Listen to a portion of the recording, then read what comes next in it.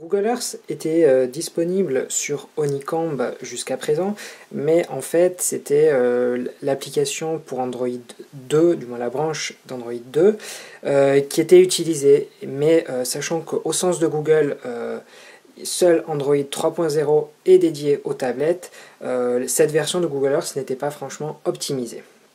Mais depuis hier soir, une nouvelle version vient d'arriver et on peut dire que les mises à jour changent l'interface et rendent vraiment le produit très bon.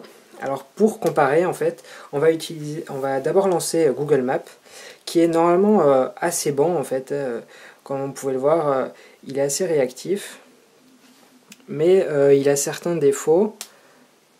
Comme vous pouvez le voir ici, ça ne marche pas toujours la rotation. Voilà, un coup ça marche, un coup ça marche pas. C'est pas toujours expliqué. C'est relativement fluide, mais voilà, ça dépend des fois. Et c'est souvent difficile d'expliquer pourquoi une fois ça marche et pourquoi la fois d'après ça ne marche plus.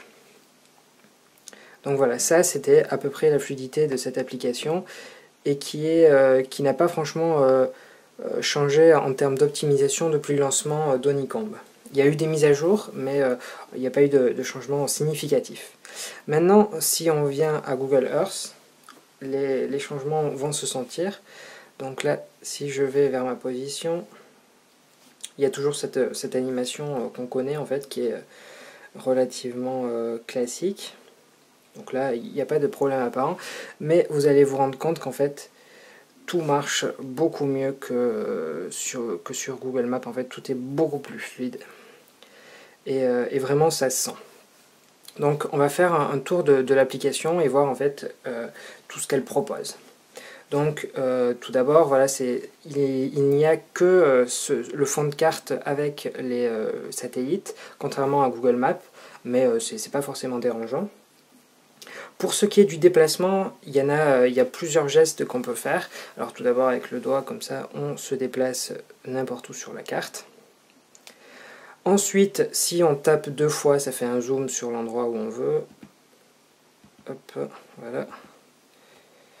Là, le pinch to zoom, en fait, ça permet d'agrandir et de réduire l'écran. Quand on tourne les deux doigts, ça fait une rotation. Voilà. Et comme vous pouvez le voir, contrairement à Google Maps tout à l'heure, ça marche instantanément et il n'y a jamais de problème. Voilà. Ensuite, si on veut se déplacer sur un axe vertical, on prend ses deux doigts et voilà, on monte comme ceci. Voilà. Donc là, si on se déplace en même temps, ça donne ça. Voilà, donc hop. On peut voir qu'en fait, il n'y a vraiment aucun problème de fluidité au niveau de cette application, ce qui n'était pas du tout le cas de l'ancienne. Voilà, je ne sais pas si vous arrivez à voir, mais vraiment, en termes d'optimisation, c'est difficile de faire mieux. Il faut savoir qu'à Barcelone, une pré-version avait été montrée et on était très très loin du rendu actuel, donc c'est pour dire à quel point il y a du travail qui a été effectué dessus. Donc au niveau des fonctionnalités de l'application, il y a toujours la possibilité de faire une recherche. Alors par exemple, je vais mettre Paris. Voilà.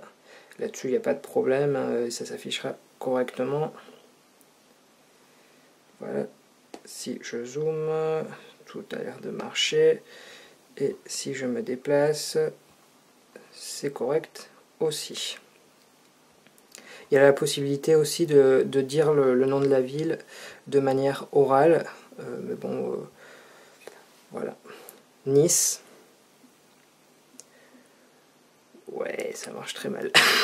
ça marche toujours très très mal avec ma voix, mais je crois que c'est la reconnaissance en anglais, donc ça expliquera peut-être les choses. Ici, on oriente la carte à nouveau vers le nord. Donc là, 8. Hop, elle s'y remet.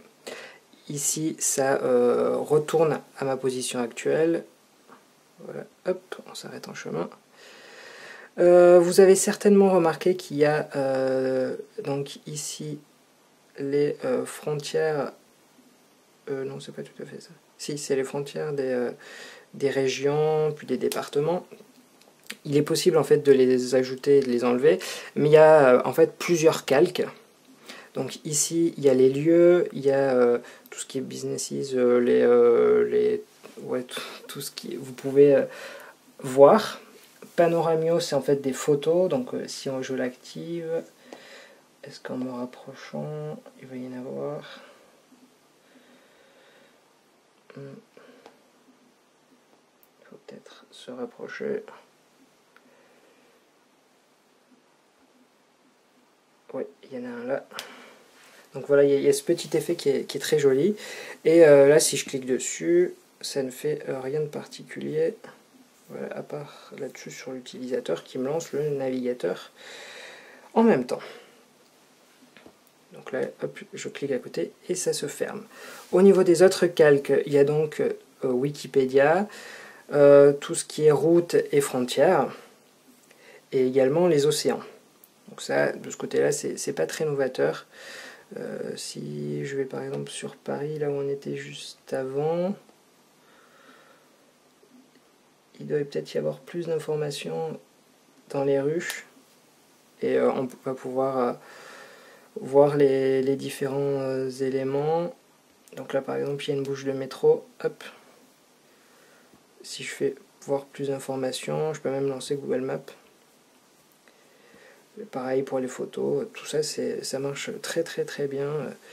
Et comparativement à Google Maps, ça en est même un peu rageant parce qu'on se dit qu'il aurait pu y avoir mieux. Ensuite on passe au bâtiment en 3D, donc là où vous venez d'en voir un qui fleurir juste à côté. Oups. Voilà. Mais en fait on va aller à New York en fait où il y en a beaucoup plus. Et à ce moment-là, en fait, sachant qu'il y en a beaucoup à l'écran, on va sentir que la tablette est un peu sur ses limites. Donc là, on va attendre quelques secondes que tout se charge en fait. Parce que sur Manhattan, il y en a pas mal. Mais voilà, hop, immédiatement, ça perd en fluidité. Donc si on se déplace en fait lentement, il n'y a pas de souci. Mais voilà, quand il y a vraiment beaucoup de bâtiments qui sont affichés, on sent en fait une certaine latence.